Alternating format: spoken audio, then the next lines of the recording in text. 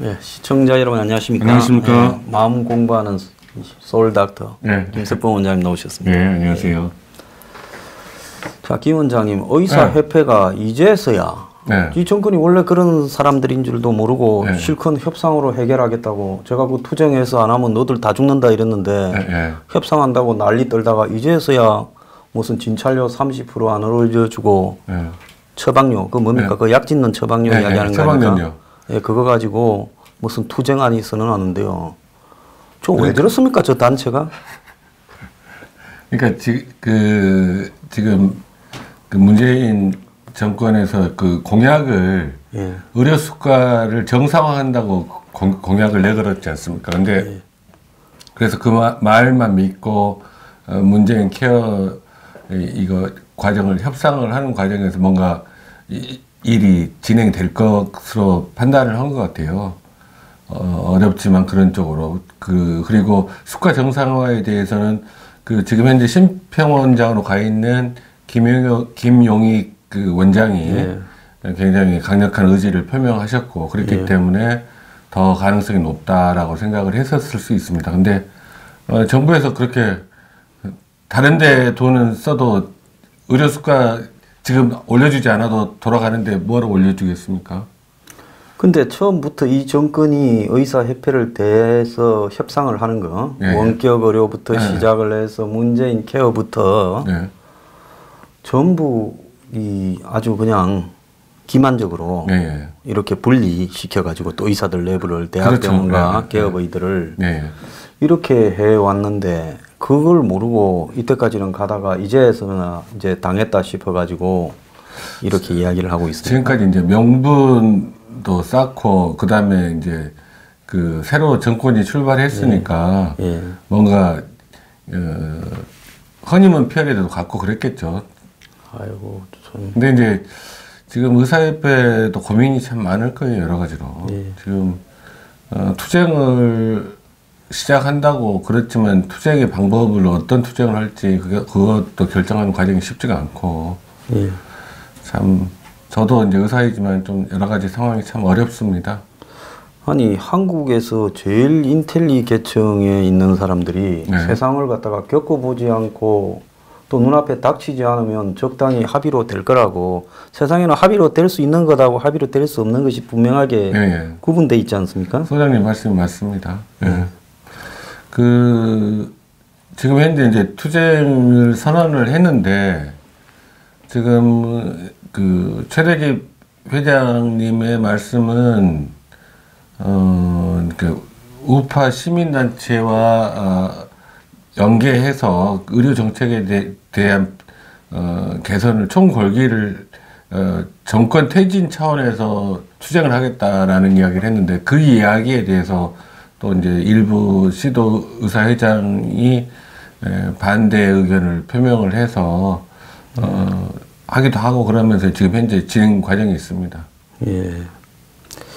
사람이 그 좀 부르자일수록 이렇게 좀 기회주의적인 속성이 있는데 저는 좀 문제가 있다고 봐요.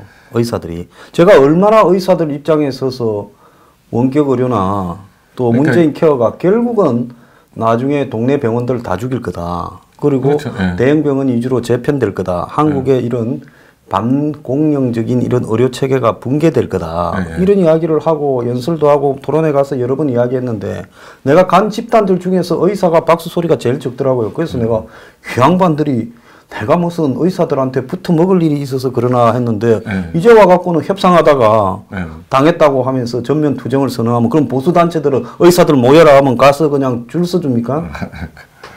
그러니까 이제 지금 의사들은 의약분업 투쟁 당시에 그 아픈 상처에서 아직도 벗어나지 못한 거예요. 아이고 그 정도로 아픈 상처 없이 대한민국의 큰 단체들이 어디 있습니까? 저는 어르신 말씀입니다. 저는 투쟁을 하려면 똑바로 하고요. 붙어 먹으려면 똑바로 붙어 먹어버려야 된다고 생각합니다.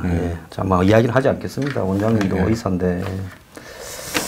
자, 지금 한국당의 당권 후보들이 지금 나왔는데 무슨 전당대회 연기하자. 저도 연기하라고 그랬어요. 그리고 장외 투쟁하라 했는데 장외 투쟁은 안 하고 전당대회도 연기 안 되고 그래가 5명은 이제 보이콧하고 3명만 저래 뛰고 있는데 당선 가능성이 높은 확률일수록 문재인에 대한 비판을 애매하게 하는 것 같아요. 굉장히 추상적이고요. 네. 또만 독선 이야기하고 뭐 경제 실정 이야기하고 그거 동네 이 복덕방에 할아버지도 하는 소리 정도를 하고 있는데 저 뭐 비리가 많아서 그렇습니까? 잡혀갈까봐 겁이 나서 그렇습니까?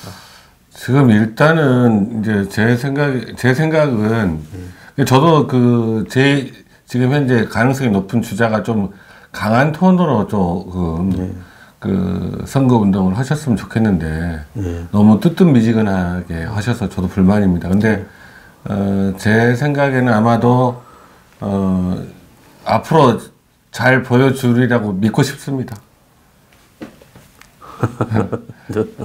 그러니까 앞으로 향후에 아니 당 대표 선거 나와서 제일 세게 말을 해야 표를 얻을 건데 제일 세게 말할 때도 세게 말하지 못한 사람이 당 대표 돼 갖고 세게 말하겠습니까? 그러니까요. 제가 답답해요. 그래서 지금 저렇게 설설 기는 부분이 어디 있다고 보십니까? 왜 저런다고 보세요? 그러니까 저도 잘 이해가 안 가요. 지금 그 대권까지 생각하시는 분이니까 더 강경하게 맞서야 될 것 같은데 제 상식으로는. 근데 지금 이미 따놓은 당상이라는 측면에서 그 부자 몸조심하는 건지 모르겠는데 절대로 부자 몸조심하는 방향으로 가서는 절대로 그 대권 후보가 될 수 없습니다. 처절하게 아래에서부터 투쟁하면서 올라와야지 결국 승리하는 거거든요. 그래서 뭐 이 자기를 제일 잘 알 건데 뭔가가 지금 이렇게 뭐 구린 데가 있거나 잡혀갈까봐 겁이 나서 저럴까요? 아니, 안 그러면 야당 대표가 그야말로 야당 대표가 113명의 의원을 거느리고 한 명 제명했으니까 112명이라고 합니다. 그리고 무슨 뭐 물론 대표 중에 의원이 아닌 사람도 있지만은 그래도 뭐 야당 대표가 어지간하면 잡아갈 수 있겠습니까? 아무리 힘이 세죠. 112명이 작은 의석 아니지. 그리고 뭐 자기가 잘만 하면 내년 공천까지도 하는데 그렇죠. 뭐 충성을 바칠 사람도 많이 있을 거고.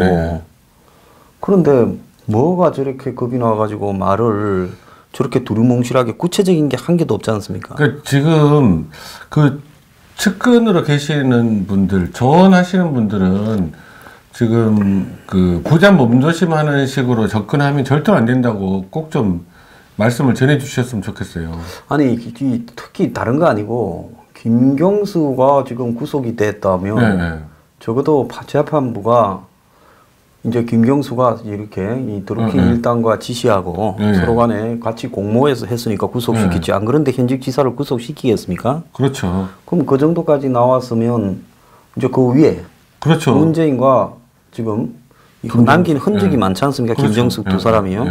뭐 경인성 가자고도 했고 이름 바꿔라고도 했고 또 진행 사항을 또 알아보기도 했고 또 오사카 총영사나 뭐 백원은 그게 그냥 놓은 게 아니지 않겠습니까? 그렇죠. 청와대 이야기하지 않고 밑에 애들이 그냥 오사카로 가라 센다이로 가라 이렇게 할 수 있습니까? 절대로 그렇게 안 되죠. 위에 이야기하니까 오사카는 좀 그렇다 갈 사람 있다 그럼 센다이로 가라 뭐 이래 됐으니까 센다이 이야기를 하지. 그렇죠. 그러지 않겠습니까? 인사권자하고 연결이 될 수밖에 없는 구조인데 지금 그 부분을 걸어서라도 강력히 어떻게 투쟁하겠다라는 그 지금 당권 쟁취를 어떻게 투쟁하겠다라는 이야기를 좀 속 시원하게 우리 그 자유한국당 지지하시는 분들 속 시원하게 이야기를 좀 해주셨으면 좋겠어요.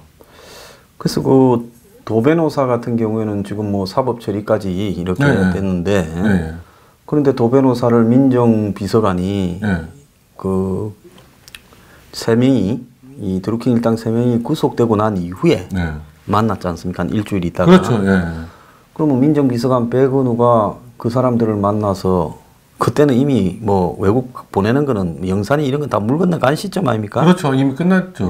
그리고 얘들은 이제 다 겁을 줘가 짬방에 집어넣어야 되겠다 할 텐데. 그렇죠. 이미 다 그래서. 근데 백운우를 지금 무혐의 처리를 해가. 그거 오늘 기사 난 것 보고 참 이게 어떻게 지금 하늘을 손바닥으로 가리려고 하는 게 너무 많아요. 이 것만이 아니라. 그러니까 백운우를 유죄라고 하면 백운우는 또 조국이가 시켰다 하고 조국은 또 위에서 또 시켰다 하면 나중에 문재인 부부한테 갈까봐 그렇게 처리를 할 수밖에 없지 않았겠습니까? 그러니까 뻔히 보이는 거를 이런 식으로 그 손바닥으로 가리고 있으니까 이제 아무튼 제 생각은 우리들이 그 현실을 직시하고 정신 똑바로 차리고 지금 유심히 주시해야 된다고 생각합니다. 앞으로 이 정권이 계속 어떤 방식으로 해나가는지. 네. 자, 그런데 여기서 이제 중요한 분은 지금 한국당의 당 대표가 된 사람이 네. 해야 될 거는 두 가지 아니겠습니까? 하나는 지금 국가안보가 네, 지금 그렇죠. 미북 대화에 따라 가지고 네. 그냥 이제 종전선언부터 평화협정으로 내몰릴 상황이 있고 네, 네. 다른 하나는 문재인 정권의 지금 여러 가지 의혹들을 네, 네. 이렇게 규명하자고 네, 하고 뭐 그 외에 할 수 있는 게 뭐 경제를 이런 식으로 하면 안 된다, 스톱을 해야 된다 네. 이런 세 가지일 거라고 보는데 네. 그런데 당 대표 되는 사람이 문재인 부부 조사해야 된다 말 정도도 지금 시점에서 못하면 저 당 대표 자격이 있는 사람들입니까? 아니 당대표 자격이 없죠. 예. 그러니까 철저히 엄정 수사를 하고 지금 이거는 따지고 김경수 사건은 실제로는 대선 무효 소송까지 갈 수 있는 사안이잖아요. 예. 심각하게 이 사건을 바라보고 잘해야만 되지. 그냥 이렇게 대충 하면 제일 중요한 2020년 총선에서 만약에 잘못해서 여권이 승리를 하게 되면 뭐 연방제 개헌하겠다 뭐 개헌을 한다든지 그러면 어떻게 막으려고 그러는지 모르겠어요. 저는 그런 것들이 지금 이렇게 대처를 미온적으로 하면 그런 일이 벌어질까 봐 걱정입니다. 예. 그래서 겁이 저렇게 많으면 겁 많은 사람은 정치하면 안 돼요. 하면 안 되지 않겠습니까? 예, 약점이 있어도 하면 안 되고. 더더구나 당대표는 굉장히 중요한 결정들을 해야 되잖아요. 근데 이게 사람이 공적으로 용감한 거하고 또 사적으로 겁이 많은 거하고는 다른 건데 개인적으로 뭐 무서운 영화도 뭐 보고 뭐 이렇게 그건 다르죠. 두려움을 많이 느끼는 사람하고 그렇다고 또 예를 들어서 공적으로 나가서 자신의 지위에 걸맞는 사회적 용기를 가지는 거하고는 다른 건데요. 근데 지금 보수 쪽에 주로 번져 있는 이 황당한 이 낭설이 뭔가 하면 어쨌든 뭐 분열되지 말고 힘을 하나로 모아가지고 문재인 정권을 싸워서 총선에 이겨야 된다 이러는데 저 겁 많고 지도력도 없고 용기도 없는 사람이 이런 당을 끌어서 하나로 모아서 싸워서 이길 수 있겠습니까? 그러면 못 이기죠. 그렇게 되면. 그러니까 그 나를 따르라라고 하면 먼저 솔선수범하고 투쟁에 앞장서야죠.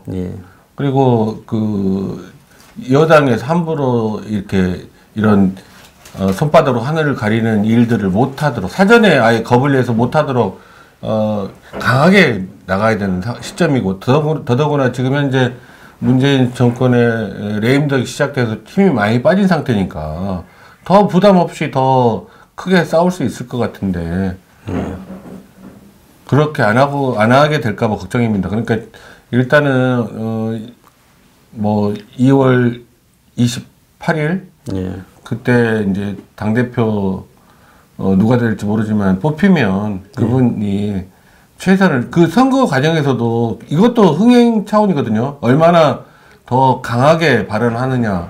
그것도 선거 흥행과 밀접한 연결이 되기 때문에 좀 선명하게 자기 노선을 보여주셨으면 좋겠어요.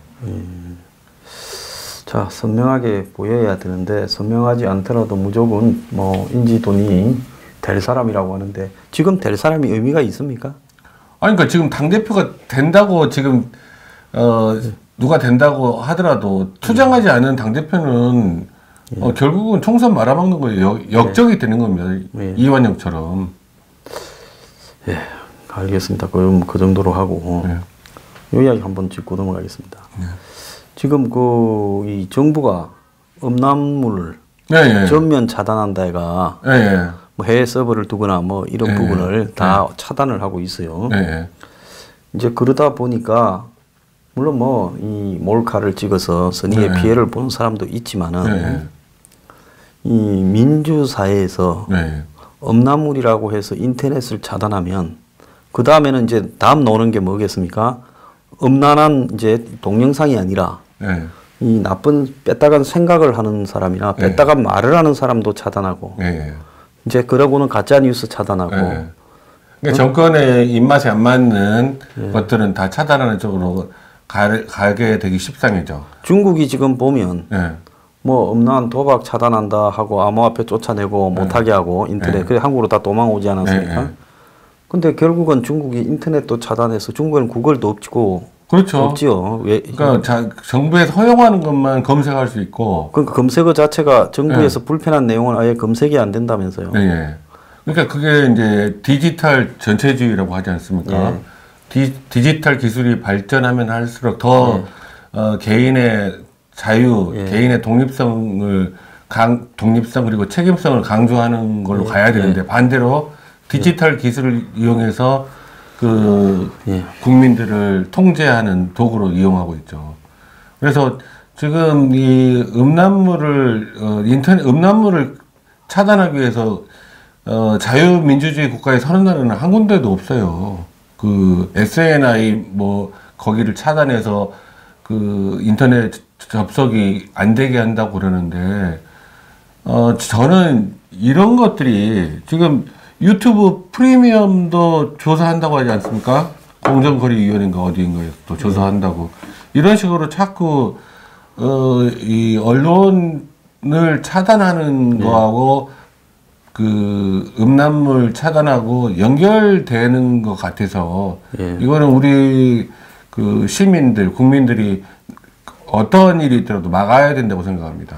자, 지금 자기들이 야당일 때 테러 방지법을 하기 위해서 뭐 개인에 대한 뭐 도감청 이런 부분을 좀 의심스러운 사람에 한해서 강화한다라는 것도 국회에서 필리버스터까지 하면서 반대했잖아요. 그래서 그때 뭡니까? 다소간의 테러가 있을 수 있더라도 개인의 자유는 지켜져야 된다니까. 그러니까 지금 뭐 많은 젊은 사람들이 이제는 야동도 못 보게 하는 국가. 그래서 이게 정상적인 국가냐 하면서 지금 굉장히 반발을 하고 있어요. 그러니까 이게 이제 자유민주주의의 실질적으로 자유주의의 근원이 됐던 인물이 존 스튜어트 밀 아닙니까? 존 스튜어트 밀이 그 이야기를 했죠. 그러니까 개인이 어떠한 행동을 하더라도 타인에게 해를 끼치지 않으면 그 자유를 존중해 줘야 된다. 이런 원칙을 가지고 지금 우리 사회를 봐야 되거든요. 근데 지금 현재 음란물 차단이 실질적으로 타인에게 해롭지는 않지 않습니까? 그러니까 예를 들면 불법적으로 지금 전 세계 어느 나라에 요즘 같은 시대에 음란물을 보면 그것이 무슨 성폭행이나 성추행의 원인이 된다 이렇게 생각하는 사람은 그 연구 결과도 전혀 그렇지 않습니까? 연결 관계가 없는 걸로 나왔어요. 여러 차례 연구 보고 그래서 뭡니까 중국처럼 무슨 이 유교적 전체주의 국가로 가겠다라는 건지 싱가포르랑 싱가포르도 음란물을 규제한다 소리가 못 들은 소리였어요. 없어요. 자, 그래서 정권이 보면 뭐 암호화폐 규제, 부동산 규제, 성인물 규제, 인터넷 규제, 최저임금 규제, 무슨 근로시간 52시간 규제, 그 다음에 무슨 뭐 비정규직 규제, 온통 그냥 좌파라는 것이 이 자유와 인권을 중요시하는데 규제 국가로 가고 있잖아요. 그러니까 이게 반대로 가는 거죠. 수구로 가는 거죠. 수구. 역사가 지금 현재 이렇게 진보하고 보수로 나누게 된 가장 큰 게 뭐냐면 역사적으로 새로운 시도를 해 나가는 거가 진보고 지금 현재 것을 잘 지키면서 조금씩 개선해 나가자는 게 보수인데 근데 지금 문재인 정권은 오히려 진보라고 사람들이 네이밍을 해줬지만 반대로 수구 반동으로 가고 있죠. 그러니까 전체주의처럼 오히려 공안을 더 강화시키고 가고 있고, 그러니까 각 개인을 존중해주지 않는 방향으로 가고 있거든요. 말도 굉장히 거창하게 해서 뭐 어떤 적대 세력이 있다, 뭐 어떤 이런 식의 발언들이 국민들의 그 은연중에 협박당하는 느낌이 들거든요. 그래서 지금 이 해당 이 불법 야동만 퍼뜨리는 사이트, 네. 뭐 해외 사이트 중에도 이 합법적으로 유료 네. 사이트도 많아요. 네. 그러면 뭐 몰카 같은 불법 야동을 주로 하는 이런 사이트만 골라서 차단을 하면 될 거를 네. 그 HTTPS라는 이 접속 방식으로 차단했는데 그 인터넷 접속 방식에는 HTTP가 있고 HTTPS가 있는데 이 S는 이제 감청 불가능한 부분을 이제 대놓고 아예 차단해야겠다. 이거는 뭐 민간인 사찰에 준하는 이다. 결국 유튜버도 지금 HTTPS 방식으로 그렇죠, 접촉되는 그렇죠. 거라면요. 그래서 이제 이걸 조금 더 지나면 유튜버도 결국은 이런 방식으로 차단하고 사찰하겠다. 민간인. 그래서 이렇게 바로 인터넷을 차단하는 나라는 이런 방식으로 중국하고 북한밖에 없다는 세계에. 네, 그렇죠. 자, 이게 지금 뭐 하자는 겁니까? 그러니까 중국하고 북한의 동일한 부분은 전체주의라는 거잖아요. 예. 전체주의 국가인데 우리 대한민국이 전체주의화 돼 가는 과정을 밟으려고 하는 시도라고 볼 수 있죠. 그러니까 이런 것들이 실제로는 그 심각하게 우리 국민들이 바라봐야 되는 게 각 개인의 자유를 자꾸 훼손하는 거잖아요. 이런 부분을 충분히 풀어줬을 때 실제로 그런 분위기 하에서 전체적인 사회 분위기가 억압적이지 않게 되는 건데 자꾸 마치 도덕 국가인 것처럼 실제로 우리 대한민국 사람들이 그렇게 그 도덕 군자인가요? 그러니까 제가 20몇 년 전에 유럽에 갔을 때 독일이나 스위스, 뭐 덴마크, 네덜란드 이런 나라에는 금요일 날 저녁에 그냥 호텔 방에 있는 TV로 그 자기들 공중파에서 뭐 성기 노출 이런 영화들까지도 다 나오더라고요. 그리고 그런 나라에 가면 온갖 성인샵부터 뭐 박물관부터 뭐 또 온갖 다양한 형태의 합법적인 성 매매도 있는 나라도 많고 이름에도 불구하고 그 나라가 지저분하거나 뭐 이렇게 이 문제 있는 국가라고 말하지 않지 않습니까? 그렇죠. 근데 이 사람들이 뭐 일본이 또 얼마나 또 그런 쪽에 발달돼 있어요.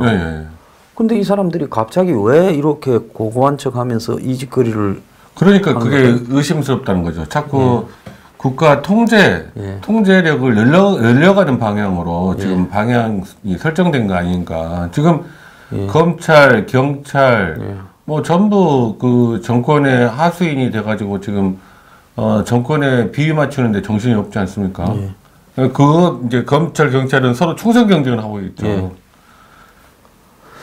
그래서 개인이 뭐 혼자서 야동을 보든 말든 그거에 대해서 국가가 왜 이렇게 하냐는 겁니다. 네, 저도 그러면 결국은 이런 식으로 하는 것이 뭡니까? 이제 개인의 인터넷 접속 행적까지도 전부 조사를 해서 뭐 인터넷으로 뭘 봤는지 결국은 이번에 이 차단 기술로는 그것도 나중에 가능하다는 거 아니에요? 그렇죠. 어떤 사이트를 방문했는지가 다 남게 되니까. 다 기록이 남게 되니까 아무래도 제한이 걸리겠죠. 이제 그러면 무슨 대통령 무슨 관련해서 토론회 하거나 또 장관 총리 청문회 하면 매달 며칠 몇 시에 당신이 야동 사이트에 어디에 접속을 했다는데 뭘 봤어? 이제 이렇게 물어야 되는 거예요? 그러니까 이런 식으로 진행이 되는 게 바로 그 전체주의거든요. 그러니까 우리 그 사람이 그분 있죠. 그 동물농장 쓰셨던 조지 오웰. 조지 오웰이 경계하는 게 지금 경계했던 나라가 중국하고 북한이지 않습니까? 지금 중국은 그 티베트에서 어마어마한 인권 탄압을 하고 있고 그 신장 위구르 지역에서는 100만 명을 수용소에 가둬놓고 있고 그걸 또 이제 디지털 기술이 발전하니까 그걸 이용해서 각 집마다 이렇게 그 문패를 붙여놓는데 황당하더군요. 통제하는 과정이. 그리고 얼굴 인식 기술로 그 길에서 그 수배나 이렇게 요주 인물들 이동 상황을 다 파악할 수 있게 지금 이미 그러고 있더라고요. 그러니까 이런 게 바로 전체주의거든요. 근데 우리나라에서 IT 기술이 발전한 게 그 IT 발전을 통해서 더 자유롭게 되는 게 아니라 오히려 이렇게 자꾸 그 국민들의 각자 생각하고 각자 책임지고 하는 자유를 이거 억압하는 수단으로 변경이 된다면 이거는 굉장히 헌법적인 차원에서도 위헌적인 요소도 있다고 생각해요, 저는. 그래서 이제 이런 식으로 시작이 돼서 히틀러 같은 경우에 이 홀로코스트까지 가는 네. 과정이 처음에는 이 뭐 장애인, 네. 무슨 정신박약 네. 같은 신체 부자유자들, 네. 집시 네. 이런 식으로 가다가 나중에 유대인, 네, 그렇죠, 홀로코스트 그렇죠. 또 심지어 러시아인 이렇게 네. 학살로 확장됐지 않습니까? 네. 결국은 이런 식으로 야동을 저들은 뭐 룸살롱이고 뭐 스트립 뭐 쇼하는 바고 네. 또 무슨 별장에 가서 별의 별일 다 하고 네. 지금 뭐 이 사회 상류층들 지금 뭐 국회의원 민주당 국회의원 한 명이 옛날에 직장 동료를 또 뭐 극장에 가서 손을 올렸다가 난리가 나고 우리가 뭐 안희정 사태나 뭐 이런 거 숱하게 지금 보고 있지 않습니까? 그렇죠. 그러면서 결국은 이 지금 그래서 저는 이 숱하게 지금 장가도 못 간 노총각들이 야동도 못 보게 하느냐. 지금 이런 문제까지 나오고 있어요. 네, 저는 그 전번에도 황 선생님과 같이 말씀을 나눴듯이, 그러니까 이 인터넷뿐만 아니라 성매매 특별법도 실제로는 저는 문제가 많다고 생각을 해요. 밝은 곳에 오픈하는 게 인간의 본연의 모습이라고 생각하거든요. 자, 그래서 지금 이번에 심각한 문제는 보안 문제를 가지고 들어가가 야동을 차단한다는데 문제다라는 게 지금 심각하게 우려가 나오고 있어요. 그런 발상이 우려스럽죠. 왜냐하면 지금 이 차단을 한 그 방법을 우회해서 할 수 있는 방법은 굉장히 많더라고요. 그러니까 얼마든지 우회해서 그거랑 상관없이 그 사이트, 자기가 원하는 사이트를 접속을 할 수 있는데 그게 문제가 아니라 그 발상. 아니, 국가가 국민들의 그 성의식마저 이렇게 제한하고 간섭하려고 하는 그 문제, 그런 발상이 저는 위험하다는 거죠. 자, 그래서 이 보안 방식, 그 뭐 TLS 1.2 이런 방식을 이용해 가지고 인터넷을 감청하고 마음대로 검열하고 그래서 지금 야동 차단에서 시작해서 그렇죠. 이제 좀 있으면 이제 정권에 대해서 비판하는 사람에 대한 차단으로 곧 이어지지 않겠습니까? 그럴 수 있죠. 그 참 문제 있는 정권이다 이렇게 생각이 듭니다. 그리고 그 어떤 사이트, 누가 어떤 사이트를 방문했는지 하는 것은 쉽게 알 수 있게 되죠. 그러면. 자, 그래서 이 정권이 이제 완전히 그냥 오만해져 가지고 내놓고 하는 거죠. 내놓고 이제 도덕을 빙자하면서. 근데 보통 좌파 정권들은 히피고 뭐 프리섹스고 야동이고 이런데 좀 자유로워야 좌파 아닙니까? 우리나라는 잘못돼 있어요. 좌파 우파 구분 개념이.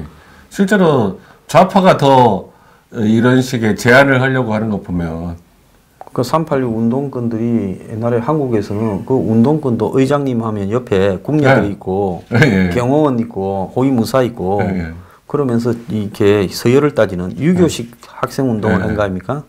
이것들이 집권하고 나니까 이제 하는 짓거리가 그야말로 이 유교식 이 검열주의 전체주의 국가를 만들라는 거 아니겠습니까? 그렇죠. 이거가 바로 수구 꼴통입니다. 수구 반동, 보수. 이게 수구 반동이죠. 참, 좀 웃기는 사람들이네요. 그래서 이제는 개인의 어떤 이 자유까지도 이제 자유의 영역에 속하는 방식까지도 차단하려 하다가 방통위가 화들짝 놀래서 지금 성인물 차단이 아니다. 이제 이렇게 이야기를 하고 있어요. 참 이 핑계도 좀 이렇게 유치하지 않습니까? 그게 이제 그 화들짝 놀랄 게 뻔히 자기를 다 계산해가지고 했겠죠. 참 희한한 사람들입니다. 저 최근에 그 75세 그 노인으로 해야 된다. 네, 네. 그래서 노인을 나이를 네. 이제는 한 10세 정도, 지금 65세였지 않습니까? 네. 올려야 된다. 이런 논란이 되는 와중에 네.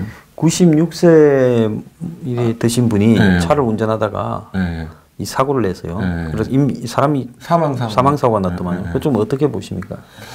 그러니까 이게 이게 나이가 든다는 거, 노령화 된다는 거는 신체의 기능 자체가 전체적으로 다 떨어지는 거거든요. 예. 판단력도 떨어지고 운동 기능도 떨어지고 그렇기 때문에 운전이라는 거는 굉장히 실제로는 운전을 할 수 있다 그러면 굉장히 고도의 기능을 가지고 있다라고 판단을 할 수 있는데 지금 현재 우리나라에서는 지금 이 부분에 대해서 뭔가 대책을 강구해야 되지 않나 그런 생각을 해요. 왜냐하면 본인은 운전을 할 수 있다고 생각하는데 이게 브레이크 밟는 반응 속도라든지 이런 게 다 떨어지거든요. 네. 그래서 지금처럼 적성 검사, 간단한 신체 검사, 신체 검사 거의 그냥 허당이잖아요. 가서 받아보시면 적성 검사 했을 때. 그래서 연령이 높아도 운전을 하시겠다는 분은 거기에 걸맞는 네, 좀 더 자세히 근력이나 신경 반응 체크하는 것까지 다 해야죠.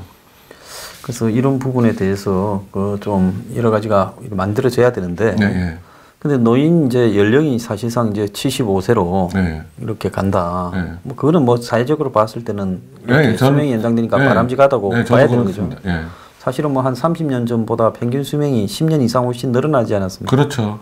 또 뭐 지금 75세가 과거에 한 65세 정도의 이런 신체적인 그리고 65세 이상 저는 말씀이 나왔으니까 65세 이상의 교통비 면제 지하철 그게 지하철 적자에 굉장히 영향을 많이 준다고 들었습니다. 그래서 그런 부분도 생각을 하면 75세로 하는 게 오히려 더 적정하지 않나 저도 그렇게 생각을 하는데 과연 근데 지금 문제는 그 문제가 아니라 과연 지금 65세에서 75세 사이에 계신 분들이 어떻게 생각하실지는 잘 모르겠습니다. 예, 뭐 그걸 어떻게 생각하든지 간에 제가 볼 때 저는 지하철 이 부분에 대해서 지금 지하철이 많은 적자가 나고 있기 때문에 그런 이제 좀 그런 부분들도 현실적으로 좀 조정할 필요는 있다. 아주 어려운 지하철도 타기 어려운 층에 대해서는 국가가 별도로 이렇게 선택적으로 바우처를 발급을 해서 뭐 대중교통 이용 뭐 카드를 이렇게 발급한다 하더라도요 그렇게 좀 돼야 되지 않겠나. 최근에 보면 좀 잔인한 사람들이 늘어나고 있어요. 뭐 개를 갖다가 몇 개월 된 3개월짜리 강아지를 갖다가 낚아달라고 집에 던져서 깜짝 놀랐어요. 그다음 집에서 뭐 개를 11마리 이렇게 굶겨 죽인 사람. 또 개를 이용해 가지고 돈을 막 이렇게 뜯는 유기견을 자기가 돌본다고. 그래서 이게 동물과 관련돼서 굉장히 잔혹한 일들, 특히 무슨 뭐 청와대 개 사칭해서 이 사기극을 벌인 사람도 있고요. 그래서 이런 동물에 대해서 한국 사람들의 잔인성이 말입니다. 굉장히 심한 것 같아요. 그러니까 우리나라 사람들의 잔인성이 잘 드러나는 부분이죠. 지금 요즘 나오는 그런 보도를 보면 마치 인형처럼 던지더라고요. 살아있는 강아지인데 그걸 보고 저는 제일 처음에는 강아지가 아닌 줄 알았어요. 그래서 보면 간디가 그렇게 했습니까? 한 사회의 민도를 보려면 이 동물을 어떻게 다루는가 그걸 보고 이제 해야 된다. 저는 그거는 모르겠어요. 그래서 요즘 맥도날드에 보면 이 케이지 프리, 즉 닭장에서 철장에서 이 평생 닭이 움직이지 못하고 키운 달걀이 대부분인데 그렇죠. 케이지가 없이 키운 달걀로 써라 하고 압력을 받고 있대요. 그러면 계란이 하나가 달걀이 500원이 된대요. 그래서 맥도날드가 지금 그런 압력을 많이 받고 있는데 그걸 쓸 건가에 대해서 지금 논란이 되고 있고 미국 같은 경우에는 닭을 잡을 때 완전히 이렇게 기절을 기절시킨 이후에 닭을 이렇게 도살해야 되는데 그러지 않고 그냥 편의상 하는 부분 때문에도 논란이 되고요. 영국에는 아예 법적으로 법이 통과돼서 이 개를 분양하는 부분이 금지됐지 않습니까? 개 공장에서. 아, 그래요? 영국에서 그래 됐어요. 그래서 이 선진국일수록 그런 이 부분에 대해서 조금씩 사회적 제도가 구비되어 가서 인간다움을 갖추려고 노력하는데 우리는 이런 부분이 좀 이런 부분이 우리도 이제 이렇게 해 나가야죠. 그러니까 품위는 누가 거저 주는 게 아니라 본인이 품위는 지키는 거거든요. 본인이 그 강아지나 개를 돌보는 것도 어떻게 다루는가 하는 것도 어떻게 키우는가 하는 것도 그 사람의 품위랑 연결돼 있잖아요. 그리고 그 국가의 품위랑도 연결이 될 수도 있고요. 그러니까 좀 너무 쉽게 그 말 못하는 동물이라고 쉽게 생각하지 않았으면 좋겠어요. 근데 우리나라도 이제 요즘 그 반려견으로 키우는 분들이 많기 때문에 그런 부분이 점점 의식이 깨어나지 않을까 생각을 하는데, 근데 그 반려견으로 키우다가 좀 실망하거나 뭐 자기 뜻대로 안 되면 버려버리는 사람들 때문에 유기견이 넘쳐나는 거잖아요. 그러니까 책임감이 없는 거죠, 생명에 대한. 이런 부분들이 조금씩 고쳐져야 된다고 생각합니다, 저는. 그리고 잠깐 말씀하셨는데 그 동물의 고통에 대해서 자각을 못하는 거는 저것도 좀 그게 이제 제가 전번에 사이코패스랑 관련이 있다고 그랬죠. 그 어릴 때 동물 학대하는 경우 사이코패스일 가능성이 높다. 어린 시절에. 그리고 그 아까 이제 닭이라든지 이렇게 그 도살을 할 때 고통이 없이 죽이는 거가 중요한 이유가 그걸 먹을 때 먹는 사람이 영향을 주거든요. 이게 이 죽음에 이르는 고통을 순간 겪으면 몸에 독소가 배출이 된다면서요. 그러니까 그 코티솔이 많이 분비가 될 거 아닙니까? 그러니까 그 가축들만 그렇게 편안하게 죽는 게 좋은 게 아니라 그걸 먹는 일반 대중들에게도 그런 것들이 좋다라고 제가 말씀드리고 싶습니다. 예, 오늘 뭐 이런 저런 이야기를 나눠봤습니다. 오늘 1부 마치도록 하겠습니다. 주말 편안히 보내십시오. 네, 감사합니다.